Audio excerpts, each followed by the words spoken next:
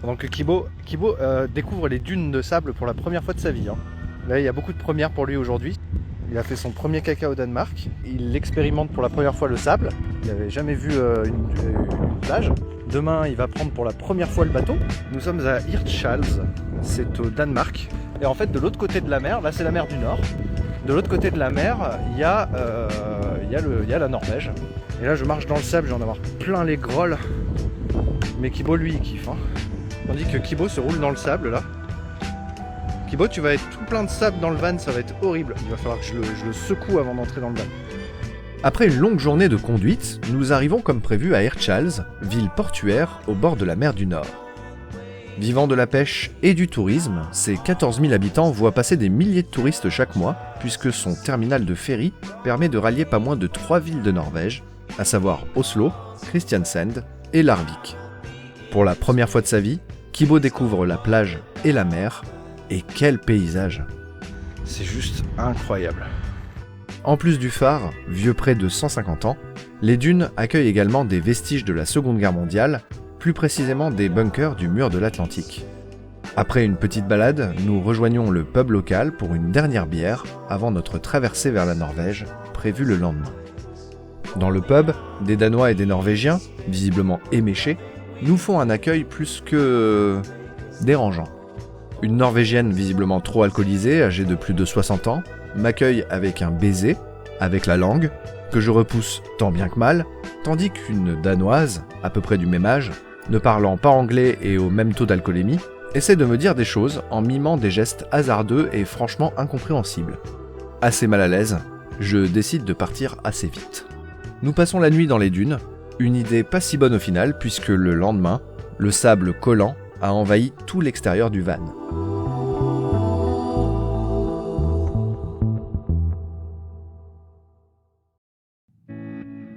Vers 11h, nous embarquons sur le ferry de Fjordline.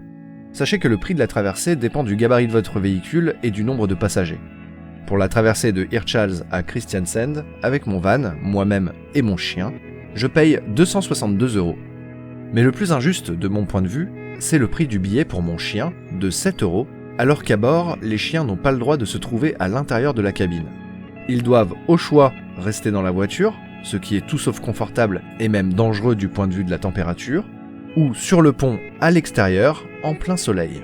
Je choisis de forcer et de garder mon chien avec moi en cabine malgré les remontrances du personnel, mais pour son bien à lui. Well, the night is gone, and the shadows clear.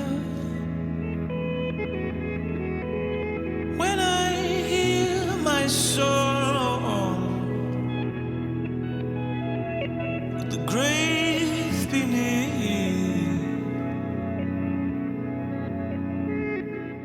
La traversée est plus longue que prévu, environ 4 heures au lieu de 2, à cause d'un moteur défaillant sur le ferry. Après avoir débarqué, la douane norvégienne nous arrête. Le douanier examine minutieusement le passeport de mon chien. Tout est en règle et nous prenons la route vers notre premier arrêt norvégien, Flekkefjord, à quelques encablures de Stavanger. La route est tout de suite très différente de ce que l'on a connu jusque-là. Fini les grandes autoroutes et les vitesses supérieures à 100.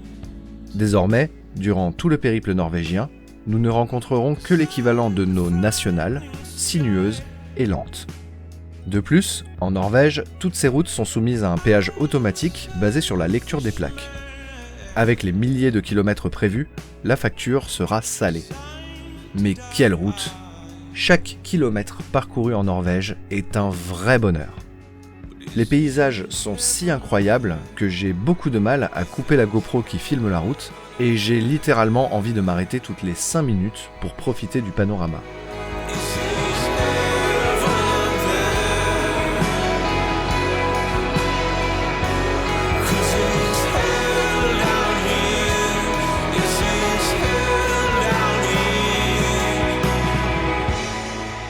Il ne nous faut que 2 heures pour arriver à Flekkefjord. J'y découvre une toute petite ville de pêcheurs avec des maisons datant du XVIIIe siècle et une architecture absolument magnifique. Le soir, les jeunes locaux boivent des verres sur leur bateau au port et le panorama est juste sublime. Nous profitons également d'une installation faite spécialement pour les touristes nomades et gratuite, mettant à disposition des douches et une machine à laver. Oh putain. Voilà, on en est là. Hein. Je crois que je vais le garder, ce replay, il est rigolo. Oh, regardez, un événement. Un événement est en cours. Kibo l'a pas vu encore. Ah, il veut aller squatter la gamelle d'eau. Il va squatter, regardez-les. Ça devient un documentaire animalier. Oh, il a repéré. Oh, il a repéré. Qu'est-ce que mon chien va faire? Qu'est-ce qu'il va faire, mon chien? Ah, il y va, il tente. Il tente.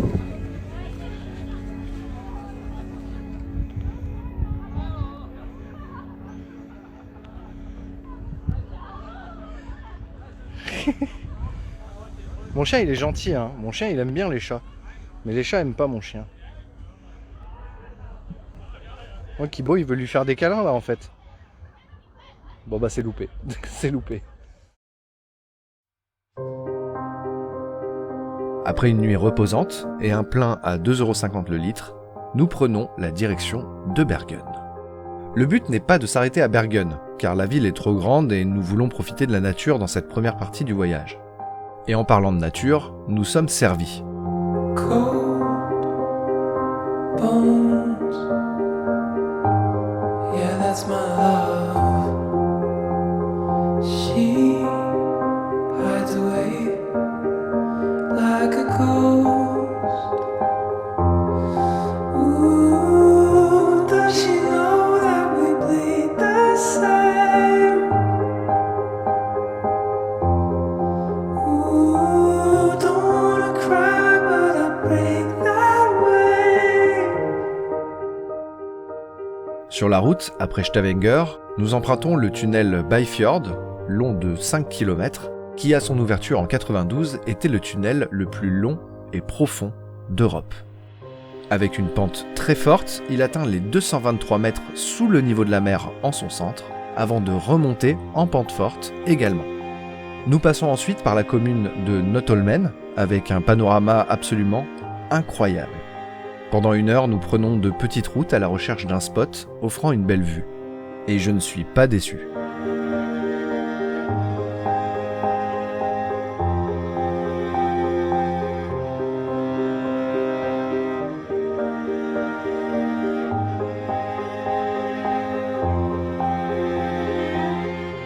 Nous sommes au bord du Boknafjord, une étendue d'eau gigantesque de plusieurs dizaines de kilomètres et parsemée d'îles reliées par les tunnels, les ponts et les ferries. Et en parlant de ferries, nous rejoignons ensuite Mortavika, notre première traversée en ferry à l'intérieur du pays. Cette traversée est à destination d'Arsvagen, offrant une vue imprenable sur le Boknafjord. Ce ferry, comme beaucoup d'autres dans le pays, est opéré de façon continue en journée, puisqu'en fait il fait tout simplement partie de la route européenne 39. Nous passons un nombre incalculable de tunnels et de ponts, dont le magnifique Stortbrua et ses impressionnants piliers. Nous faisons une pause rapide à Bergen, mais comme je l'ai dit précédemment, nous repartons très vite. Bergen est la seconde ville la plus peuplée de Norvège, avec pas moins de 278 000 habitants. Son activité touristique est forte, puisque des ferries vous conduisent depuis Bergen à l'Islande, les îles Féroé ou encore l'Angleterre. Le port de conteneurs est également le 3e plus important d'Europe et Bergen représente un des points de départ les plus importants vers les nombreuses plateformes pétrolières norvégiennes. Mais la ville en elle-même, pleine d'histoire, a également la réputation, véridique, d'être une des villes où il pleut le plus dans le monde. Surnommée la ville de la pluie, son record en une journée est de 192 mm de précipitations. En revanche, si vous prévoyez de visiter Bergen, n'utilisez pas de parapluie. Les forts vents ont tendance à les briser. Partez donc sur un bon kawaii et des bottes.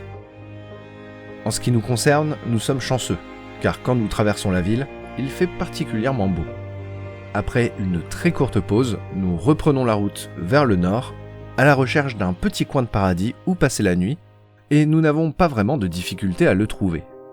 Nous nous garons à Vikanes, sur un parking donnant sur un magnifique tout petit fjord.